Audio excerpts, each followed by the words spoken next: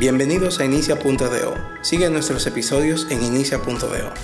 Luis Rull es uno de los creadores de Evento Blog España, uno de los eventos más importantes del sector tecnológico iberoamericano, y nos conversa sobre la educación constante a través de las nuevas tecnologías. Hablemos con él. A mí me gustaría saber de dónde viene Luis. De Sevilla, España. ¿Dónde creciste? Yo crecí en Sevilla. Okay. Estudié en la universidad en Granada, pero después estuve dando muchas vueltas entre Madrid, Barcelona, el Reino Unido. También estuve algo de tiempo en muchos sitios. Y he vuelto, hace 10 años volví a Sevilla y ahora estoy allí. Aunque viajo mucho, la verdad. ¿Y cómo fue tu infancia? ¿Cómo fue tu juventud? ¿Cómo fue? Pues, ¿Cómo te comenzaste? Mi infancia y mi juventud fue muy divertida, muy agradable, por varias razones. La primera, por el tipo de familia al que pertenezco.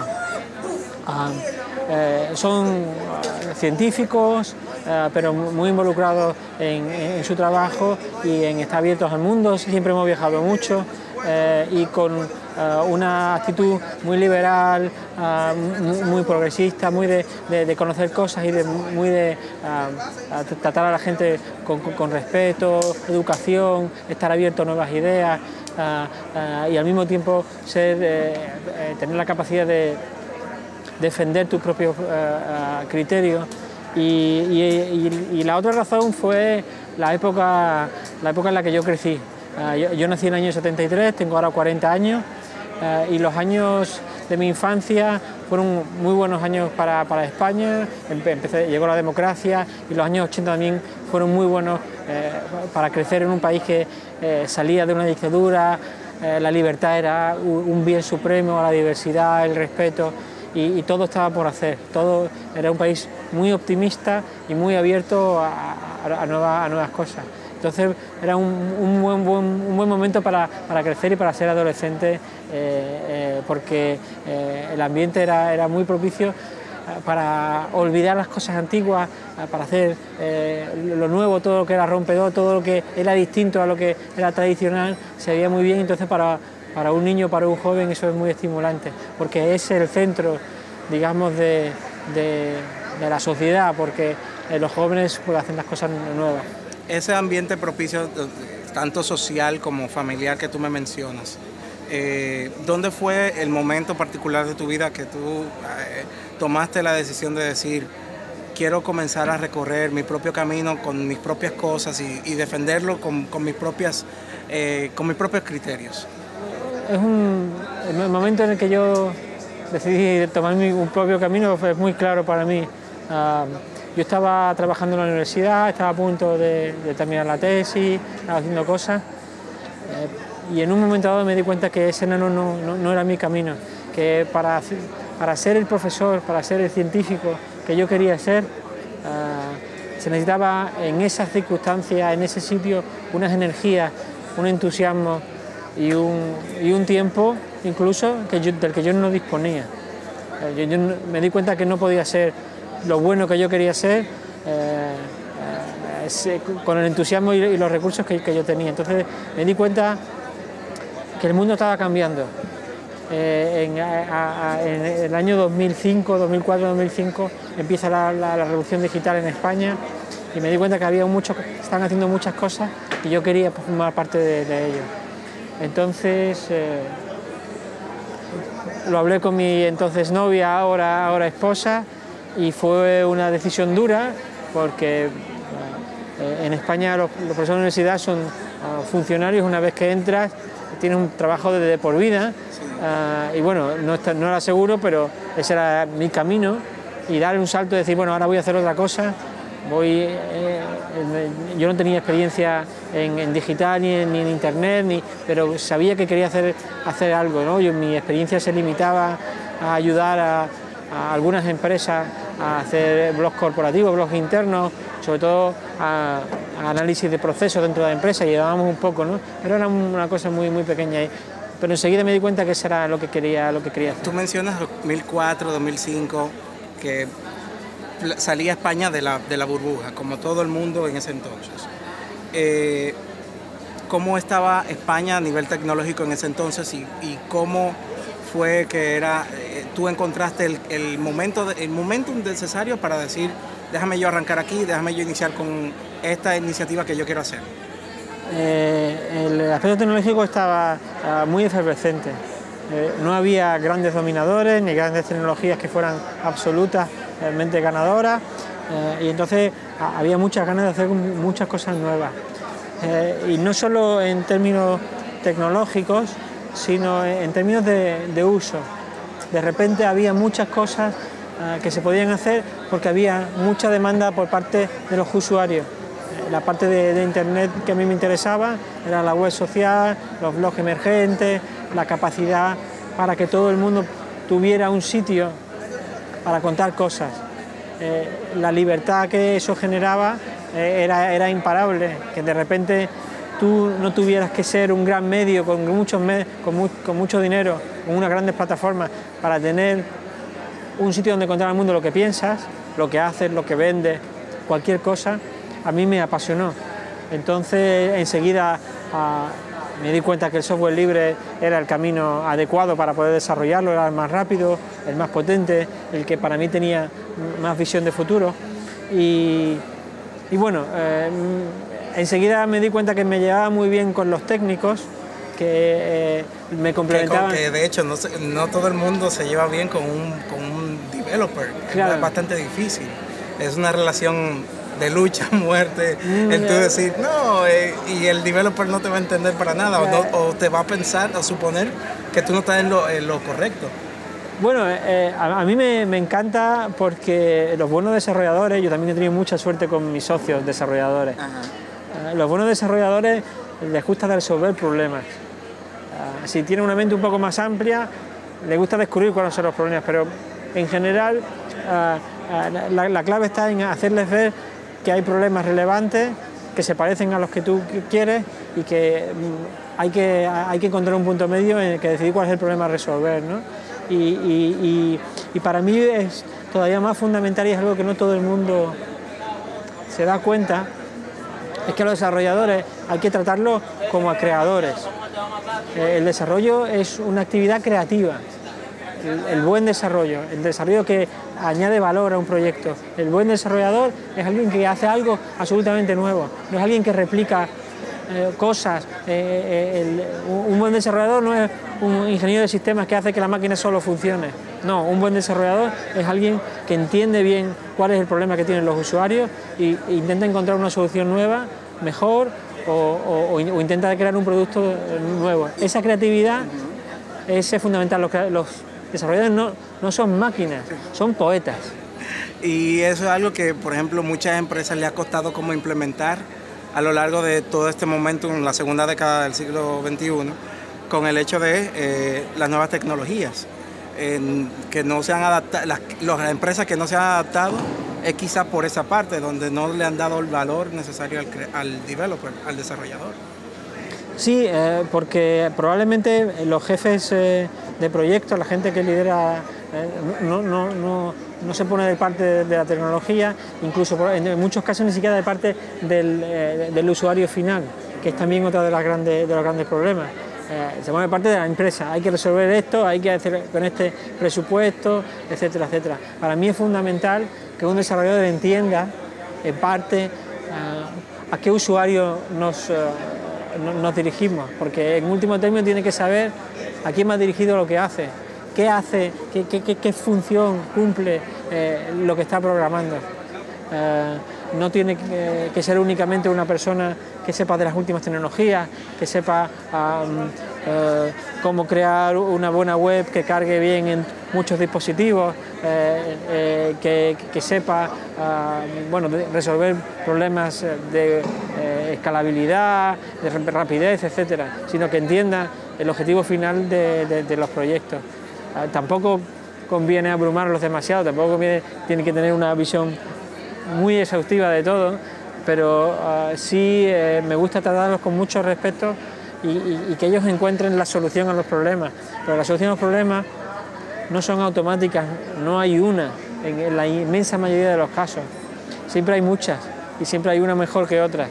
Y esa esa elección y en último término también la creación de esas herramientas nuevas, distintas, absolutamente novedosas, ese aspecto creativo es muy importante y tiene una gran dificultad.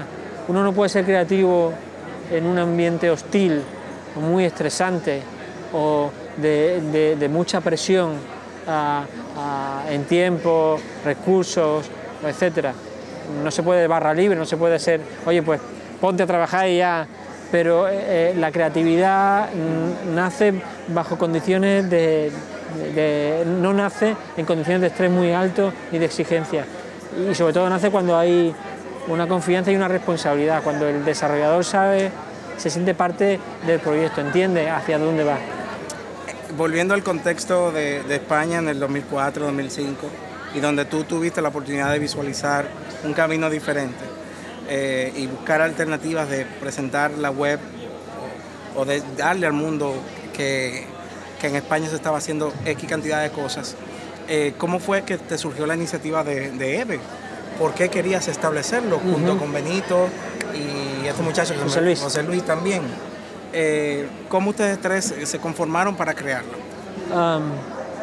Fue muy sencillo. En la presentación del libro de blogs de José Luis, de Octavio Rojas y más gente, de repente nos vimos los tres que éramos muy diferentes, pero que nos gustaba una cosa en común, teníamos algo en común. Nos apasionaba todo este nuevo mundo del que comentaba, de que cualquiera puede contar cosas. La libertad, la no necesidad de pertenecer al establishment, a ser un gran político, un gran medio de comunicación, una gran empresa. Y que había gente extraordinariamente brillante que comenzaba a reclamar su voz. E Internet dejaba de ser un sitio corporativo a ser un sitio de personas, en el que había mucha gente contando cosas nuevas, sin ataduras, sin dependencias en empresas o con intereses. Y eso nos parecía fascinante. Cada uno tenemos un perfil muy distinto. José Luis es más desarrollador, Benito es más enfocado a negocio, pero con una visión más amplia. Yo estoy un poco muy centrado en la libertad de las personas, en cómo comunicar, que es también un poco el ámbito de Benito. Pero a mí lo que vimos en ese momento es que había mucha gente en España muy buena haciendo cosas que nos interesaban. Entonces dijimos, ¿por qué no los traemos a Sevilla? Simplemente fue eso. La pretensión era únicamente traer a Sevilla la gente que nos gustaba, de los blogs que nos gustaban. Y bueno, vamos a traerlo a Sevilla y ya veremos qué pasa. ¿Qué tan difícil fue el proceso de posicionar a Sevilla como una ciudad amigable tecnológicamente hablando con el evento, a pasar de los años y con el evento? Fue... Porque todo el mundo en Europa puede pensarte Berlín, tal cosa, sí, significa esto. Londres emula esto también. Francia se representa esto. Madrid, el epicentro. Sevilla.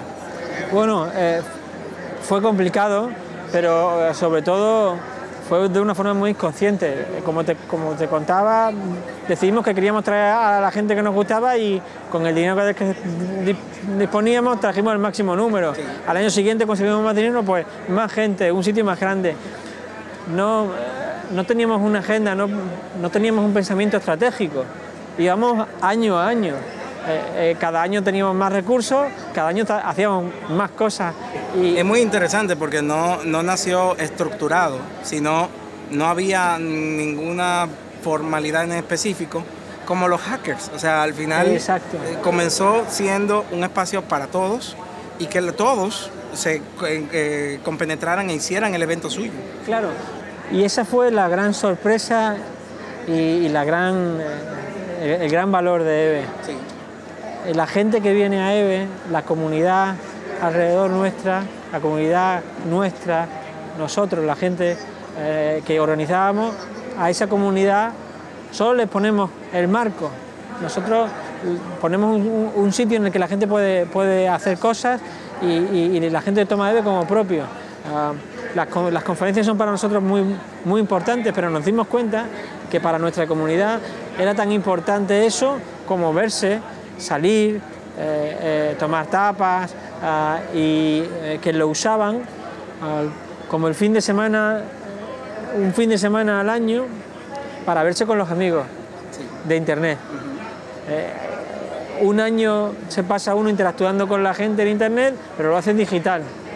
Una vez al año Sevilla, el fin de semana, es para los amigos de internet y para disfrutar de las cosas que me gustan, porque originalmente todo este tipo de cosas no éramos profesionales. Los blogueros que nosotros invitamos, la inmensa mayoría, eran amateurs. Después se convirtieron en profesionales. Después la industria de internet en España explotó y muchos de los que estaban allí con las nuevas tecnologías, viendo cómo la web social nacía, encontraron su hueco en la industria.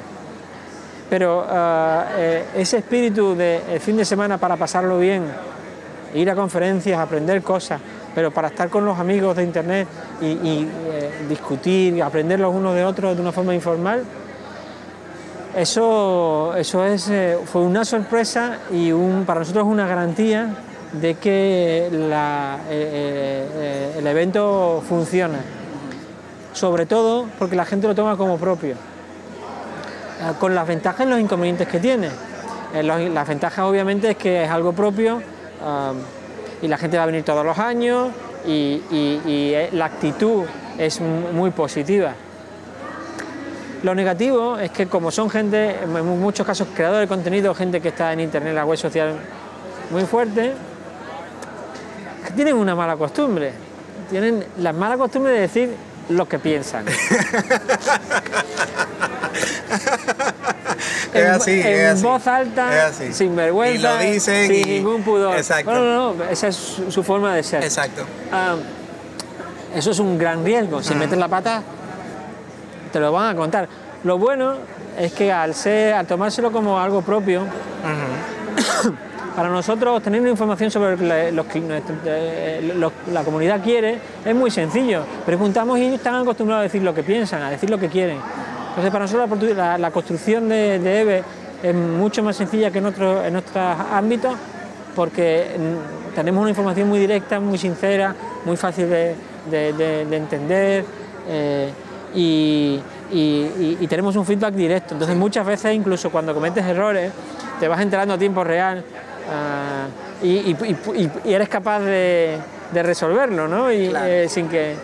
Y eso es para mí una de las cosas más maravillosas, menos buscadas y de la que me siento más afortunado de mi vida. Y crear algo tan escalable como un evento de esta magnitud conllevaba un tiempo personal valiosísimo de tu parte. Me imagino que tú atravesaste por eso. Por supuesto. Y los tres por igual. Claro, los tres teníamos nuestra propia actividad personal y esta. ¿Qué tú tuviste qué tuvieron que sacrificar por ello? Yo tuve que sacrificar parte de mi trabajo, de mi otra empresa, mi empresa de desarrollo. Sí. Lo que ocurre es que mi empresa de desarrollo está muy en este ámbito y también era muy positivo para ella. Mi socio lo ha entendido muy bien, sabe que la otra empresa es muy buena para la otra y entonces se compagina, ¿no? Obviamente también al tener más actividad, la parte personal se ve un poco más perjudicada, ¿no? En ese sentido también mi familia lo entiende muy bien, sabe que para mí es una pasión, que es algo muy importante, pero mucha gente me pregunta por los grandes sacrificios de EVE, me da las gracias, hay que ver qué buenos sois, y a mí me da un poco de pudor porque yo no siento eso. Me cuesta decir, yo es que me lo paso muy bien. Para mí EVE no es un trabajo, sí. Bueno, hay días muy duros, más tensos, claro, de echar muchas horas, pero la energía que tengo, la alegría, ver a los amigos, los agradecimientos de la gente durante EVE es maravilloso. Es como también el otro día cuando vine aquí por primera vez, ves que algo que tú has hecho, otros lo cogen, lo hacen suyo, lo transforman y hacen una cosa maravillosa. Sí. Es en parte algo tuyo, una idea que tú tuviste, pero transformada. Claro. Y igual que aquí, que es muy obvio, pero una franquicia, un EVE Dominicana con otro equipo tiene que ser distinto a EVE en Sevilla, pero cuando yo me he comunicado con la gente que va a EVE que escriben en sus blogs y me cuentan qué es EVE para ellos, te das cuenta que cada uno ha tomado lo que quiere y ha creado su propia experiencia. Y eso es extremadamente gratificante porque quiere decir que hemos conseguido crear un framework, una plataforma en la que la gente es libre para interactuar, tú les das la base y ellos crean su propio EVE y eso es muy satisfactorio. Además de que creo que es extraordinariamente complicado de conseguir. Claro. En eso estamos muy orgullosos de conseguir que la gente vea a EVE como algo propio. Paralelamente, has estado creando también otras iniciativas. Está el TEDx, está también el WordCamp. ¿Cómo eso también se involucró? ¿Cómo eso te llamó la atención de involucrar eso también en tus proyectos de vida? Claro, la organización de eventos es algo complicado. Bastante. Bueno, al nivel lo que lo hablábamos, sí. Absorbe totalmente la vida de uno. Eso es verdad si lo haces de una forma muy centralizada y muy jerárquica. Ya. EVE sí es relativamente jerárquico, pero los otros son más productos de una comunidad. Al igual que EVE, yo no soy el único organizador, soy coorganizador, está Benito, está el equipo detrás nuestra, pero estas dos son más de la comunidad. WordCamp Sevilla, aunque digamos que en mi empresa somos algunos de los líderes, pero hay una parte de la comunidad de desarrollo de WordPress que son los que hacen la WordCamp. Nosotros ponemos los recursos, enfocamos un poco y después lo que tenemos son mucha ayuda. Tú cuando eres muy sincero, explicas muy bien lo que haces, la gente viene y se involucra. Claro. En EVE también pasa con los voluntarios y en TEDx pues algo parecido, un poco más dirigido, pero también con un equipo de organizadores un poco más amplio. Yo estaba muy ocupado en ese momento, entonces yo les pedí que me dejaran muy claro qué tenía que hacer, que no podía involucrarme al 100% en todas las fases de la organización, solo en algunas cosas en las que yo creía que podía aportar algo más de valor. Y es eso, al final es muy sencillo si consigues que la gente se involucre, que la gente sepa un poco lo que tiene que hacer, dejarle su margen, y con poca gente se pueden hacer cosas grandes. Hay un denominador común entre los tres eventos que has estado coordinando y el hecho de la colaboración, de la educación. Y tú, como vienes del área del profesorado y has tenido eso en tu familia también, se nota que lo has tomado muy fácil el establecerlo. Sí, para mí la formación en educación es vital. Aunque me gusta mucho enseñar, yo creo que no soy un docente muy bueno. Me costó enterarme, me gusta, intento hacerlo, sí. Pero no soy... me gusta más ponerle a la gente la capacidad para enseñar. Sí. Pero lo que sí para mí es básico es que la educación formal no es la única educación que existe.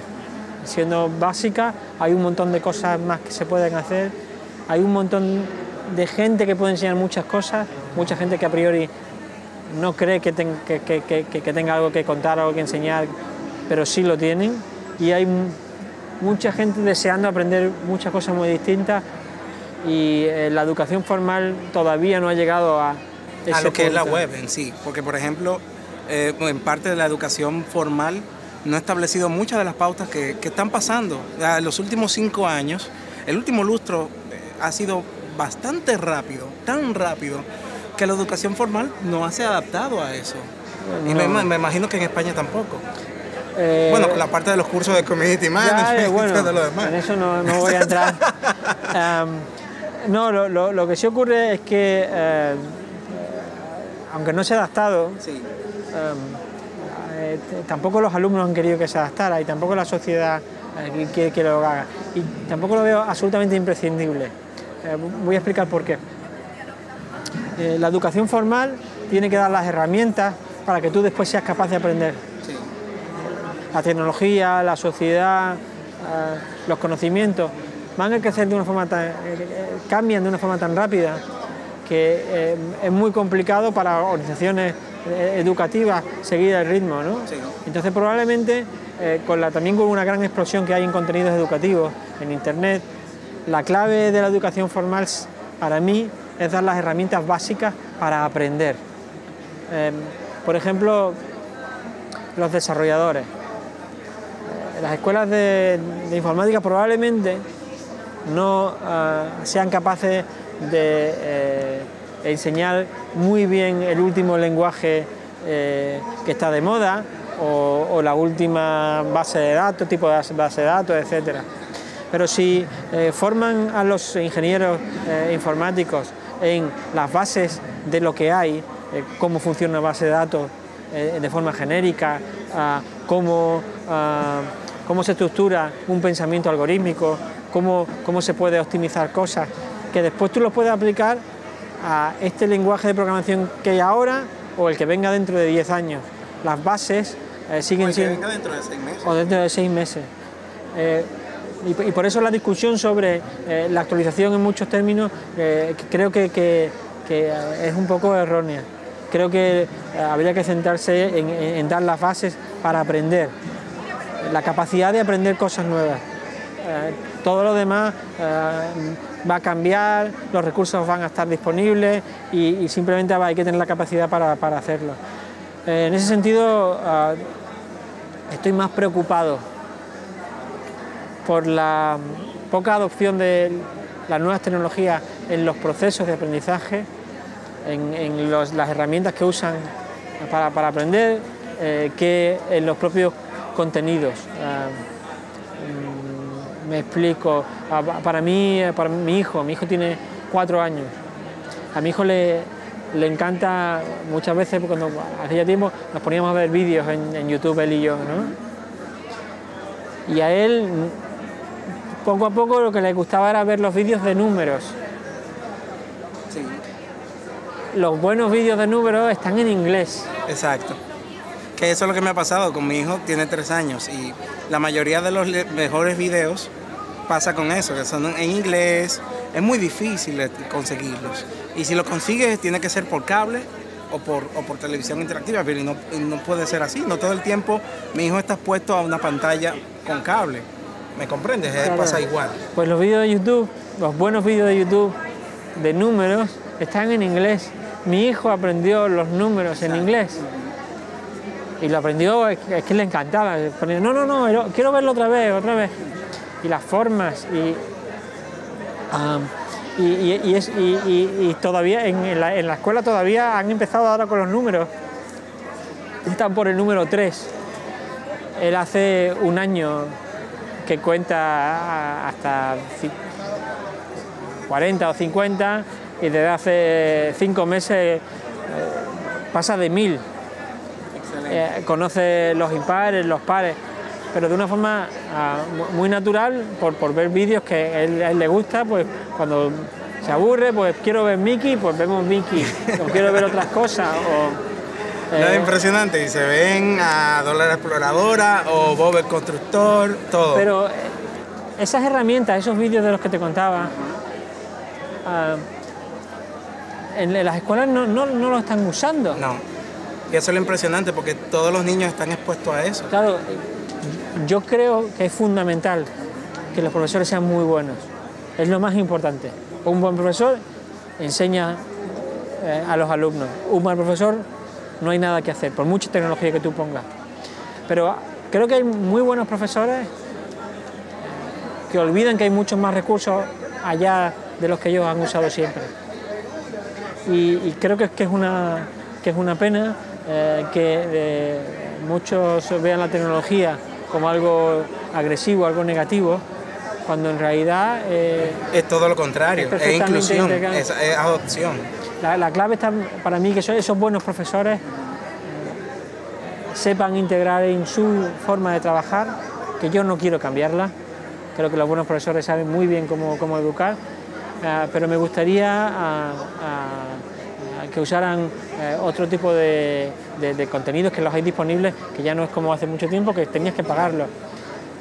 Aunque el gran cambio que a mí me gustaría, que creo que no lo vamos a ver, pues es posible, es que la mayor involucración de los padres en la educación de los hijos.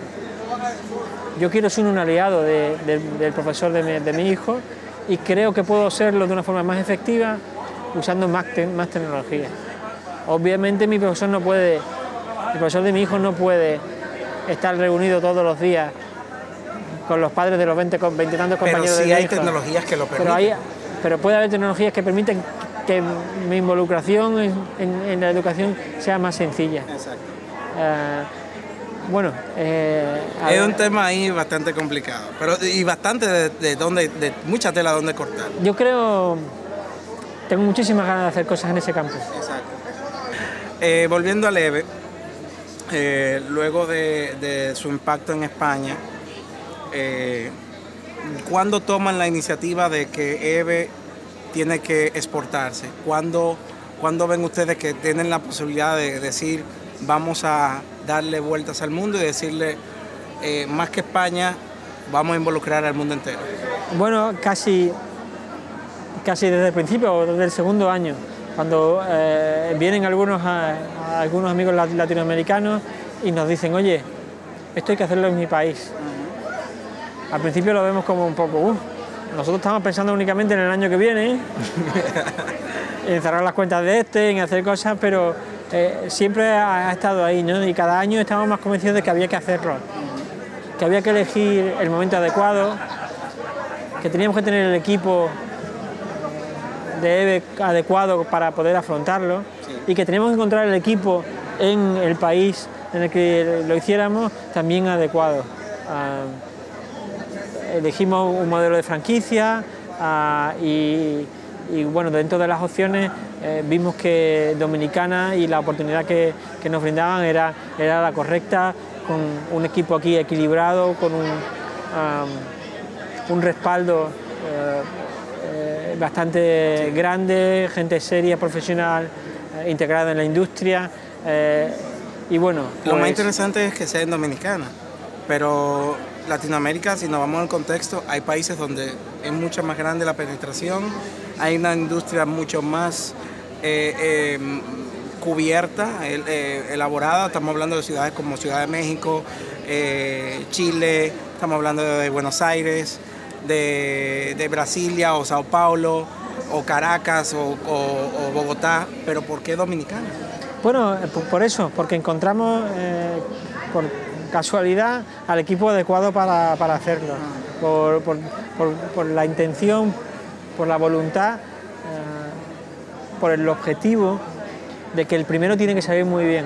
La primera vez que sale, la primera vez que franquicia, tienes que estar seguro de hacerlo bien, porque no puedes equivocarte, porque hacer el segundo país te va a costar mucho más trabajo. Entonces, encontrar un equipo adecuado, un equipo capaz de entender qué es EVE y capaz de adaptarlo a su entorno, era más importante que hacerlo en un país con más industria, con más tradición tecnológica o con más poderío económico. Era más importante hacerlo bien que hacerlo en un sitio muy grande, con mucha implantación.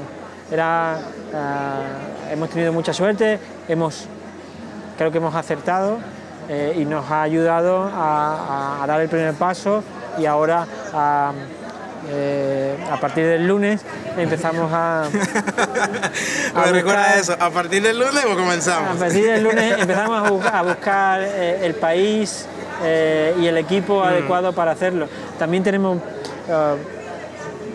una gran ventaja. Mucha gente de Latinoamérica viene a EVE, son gente de EVE que nos quiere, que nos ayuda, que nos va a dar los contactos o que nos va a dar la evaluación de la gente que se nos acerque. También creo que hay una tendencia clara de muchas empresas digitales españolas que están yendo a Latinoamérica viendo oportunidades de negocio, y entonces ahí también creo que sospecho que puede ser también importante.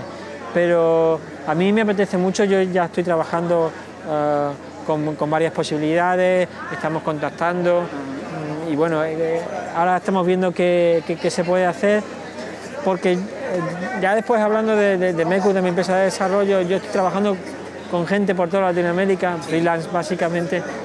Yo veo que hay muchísimo talento, que hay una visión muy clara de cómo hacer las cosas, de hacia dónde van las cosas, del futuro, de la innovación, de no tener miedo a hacer cosas nuevas. Mucha seriedad en términos de trabajo, de compromiso, de incluso formación. No hay una diferencia entre primer y segundo o tercer mundo. No, y con lo que está pasando en Latinoamérica es otra arista de lo que se cree que se está emergiendo en la región, de que somos una región emergente. Sin embargo, con el tema de Internet, como tú dices, no se necesita una diferenciación de primero, tercer o segundo lugar, tercer mundo. Con la gente con la que yo me relaciono, sí, son perfectamente equiparables a mí, y probablemente me entiendan mejor que la gente de mi barrio o mi familia. Nuestro lenguaje es común, y las capacidades, la educación, la formación, el enfoque son muy parecidos. Obviamente la parte comercial o desarrollo de la industria, la importancia de cada país es diferente y el tipo de cosas que hay son diferentes, pero los profesionales, la capacidad para hacer cosas muy buenas está muy distribuida, ¿no? Y creo que es una gran oportunidad porque el mercado está muy abierto, probablemente más abierto que en ningún otro tipo de industria. Las materias primas, yo qué sé, la maquinaria, el hardware, hay un montón de industrias, un montón de empresas, de sectores, perdón, cuya internacionalización es complicada. No solo es cuestión de aranceles, de acuerdos comerciales, es la dificultad para montar una empresa, la dificultad para hacer los tratos. En el mundo digital todo es muchísimo más sencillo, porque el lenguaje es común, la forma de certificar la calidad es común, y una buena web es buena independientemente de quién la haga, y tú no eres capaz de distinguir si la ha hecho un dominicano, un argentino, un español o un alemán. Ser ciudadano del mundo, estar globalizado, esas grandes promesas de los 90 a una pequeña escala se está haciendo realidad. Yo me siento mucho más integrado con la comunidad de desarrolladores, con las comunidades de las industrias digitales de Latinoamérica, que muchas veces con las industrias de mi país, que a lo mejor no me entienden, no saben lo que hago, no ven valor en mi trabajo, piensan que estoy loco. Y para mí es extremadamente enriquecedor. ¿Qué es lo próximo para ti, para EVE, para todos los proyectos que estés haciendo? Es muy difícil pensar en lo próximo, ¿eh? Los próximos son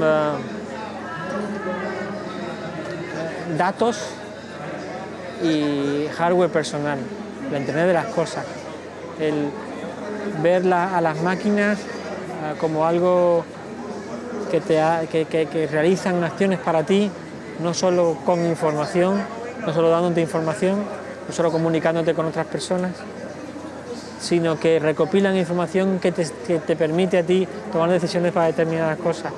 El ejemplo más claro es los electrodomésticos.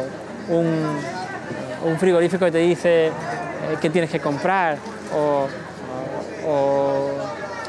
un móvil que te cuenta cuántos kilómetros has corrido.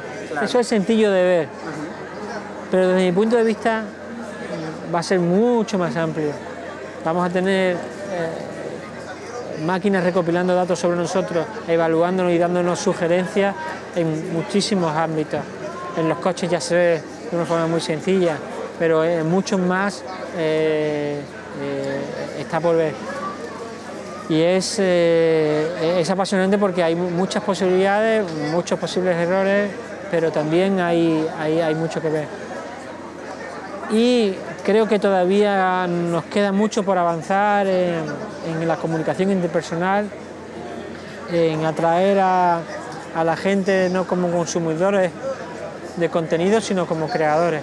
Creo que todavía está por explotar, por desarrollarse una nueva generación de creadores de contenido, más o menos amateurs, con herramientas radicalmente nuevas que todavía no podemos imaginar, y creo que todavía el mundo digital no es tan horizontal como yo pensaba, como yo creía o como yo creo que puede ser.